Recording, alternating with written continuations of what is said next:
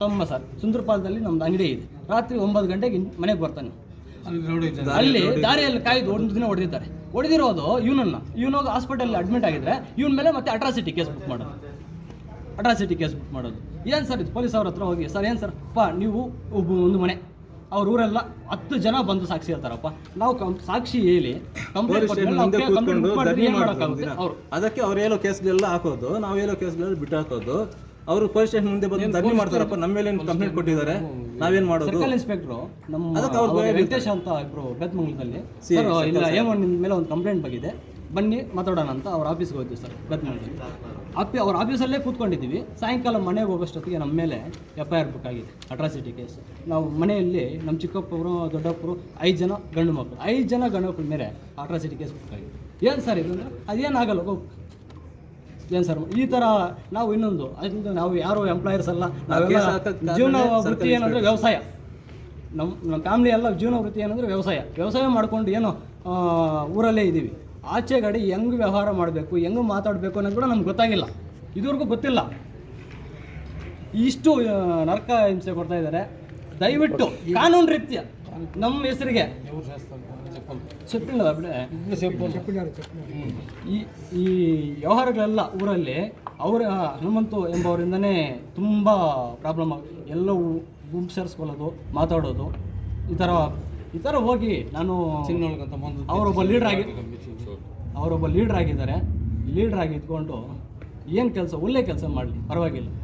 ಆವಾಗ ಸರ್ ನಾವೇ ದೇವಸ್ಥಾನ ಕಟ್ಟಿದ್ದೀವಿ. ದೇವಸ್ಥಾನ ಮುಂದೆ ಒಂದು 100 ಅಡಿ ನಾವು ಬಿಟ್ಟಿದ್ದೀವಿ. ದೇವಸ್ಥಾನ ಕಟ್ಟಿರೋದೇ ನಾವು, ದೇವಸ್ಥಾನದಲ್ಲಿ ಪೂಜೆ ಮಾಡ್ಕೊಳ್ಳೋ. ಇವಾಗ ನಾನು ಅಲ್ಲಿ ಹೋಗಿ ಗಲಾಟೆ ಮಾಡೋಕ್ಕಾಗುತ್ತಾ? ಅವರೇ ನಮ್ಮ ಅಪೋಸಿಟ್ ಪಾರ್ಟಿ ಅವರೇ ಸಿವಿಲ್ ಕೋರ್ಟಲ್ಲಿ ಕೇಸ್ ನಡೆದಾಗ ಯಾರಪ್ಪ ದೇವಸ್ಥಾನ ಕಟ್ಟಿದ್ದು ಅಂತ ಜಡ್ಜ್ ಕೇಳಿದಾಗ ಜಯರಾಮ್ ರೆಡ್ಡಿ ಅವರು ಕಟ್ಟಿಸಿದ್ದಾರೆ ಅಂತ ಹೇಳಿದ್ದಾರೆ. ಅಂಥ ದೇವಸ್ಥಾನ ನಾವು ಕಟ್ಟಿಸಿ ಇವಾಗ ದೇವಸ್ಥಾನದಲ್ಲಿ ಪೂಜೆ ಮಾಡೋದಕ್ಕೆ ನಾವು ತೊಂದರೆ ಮಾಡ್ತೀವ. ಇನ್ನೊಂದು, ಅದು 1 ಎಕರೆ ಜಮೀನು ತಹಸೀಲ್ದಾರಲ್ಲಿ ಆವಾಗಲೇ 62 ಅಲ್ಲೇ ಅದರಲ್ಲಿ ಮೂಲ ದಾಖಲೆಯಲ್ಲಿ ಮೆನ್ಷನ್ ಆಗಿದೆ. 1 ಗುಂಟೆ ದೇವಸ್ಥಾನ, 1 ಗುಂಟೆ ಕಾಲು ದಾರಿ, 3 ಗುಂಟೆ ನೀರು ಕಾಲುವೆ, ಉಳಿದ 35 ಗುಂಟೆ ಜಯರಾಮ್ ರೆಡ್ಡಿ ಅವರಿಗೆ ಖಾತೆ ಮಾಡಬಹುದು ಅಂತ ಒಂದು ಎಂಡಾಸ್ಮೆಂಟ್ ಕೂಡ ಕೊಟ್ಟಿದ್ದಾರೆ ಊರವರಿಗೆ. ಈ ಎಲ್ಲ ದಾಖಲೆಗಳಿದೆ ಸರ್ ನಮ್ಮ ಹತ್ರ. ಓಕೆ ಸರಿ, ಈಗ 3 ತಿಂಗಳು ಒಳಗೆ ಮಾಡಬೇಕಂತ 2 ತಿಂಗಳಾಗಿದೆ, ಇನ್ನೊಂದು ತಿಂಗಳಿದೆ.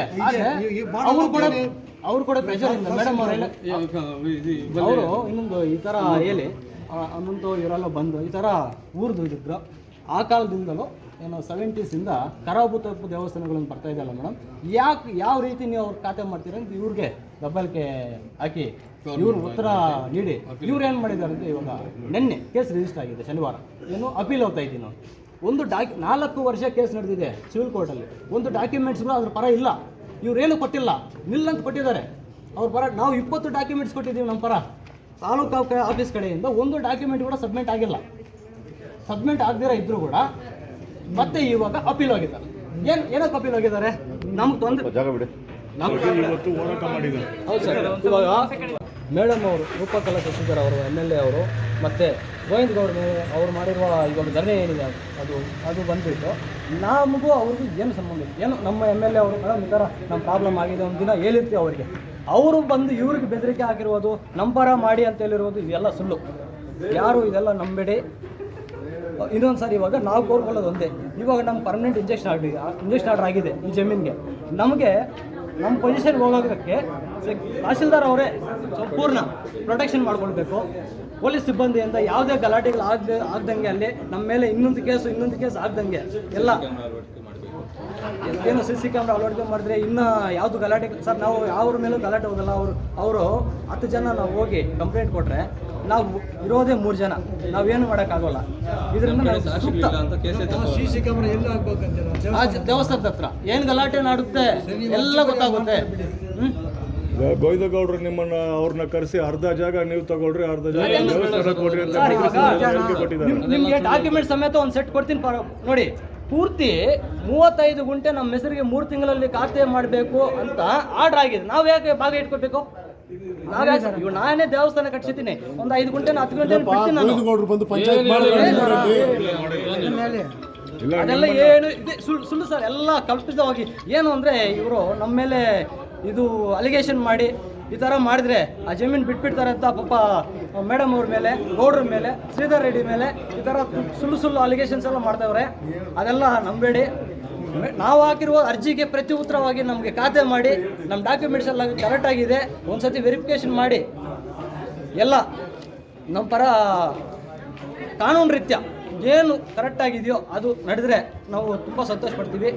ಈ ಕಾನೂನು ಕೋರ್ಟಲ್ಲಿ ಏನಾಗಿದೆಯೋ ಅದ್ರ ಪ್ರಕಾರ ಖಾತೆ ಮಾಡಬೇಕು ಅಂತ ತಹಸೀಲ್ದಾರ್ ಮೇಡಮಲ್ಲಿ ಮನವಿ ಮಾಡ್ಕೊತೀವಿ.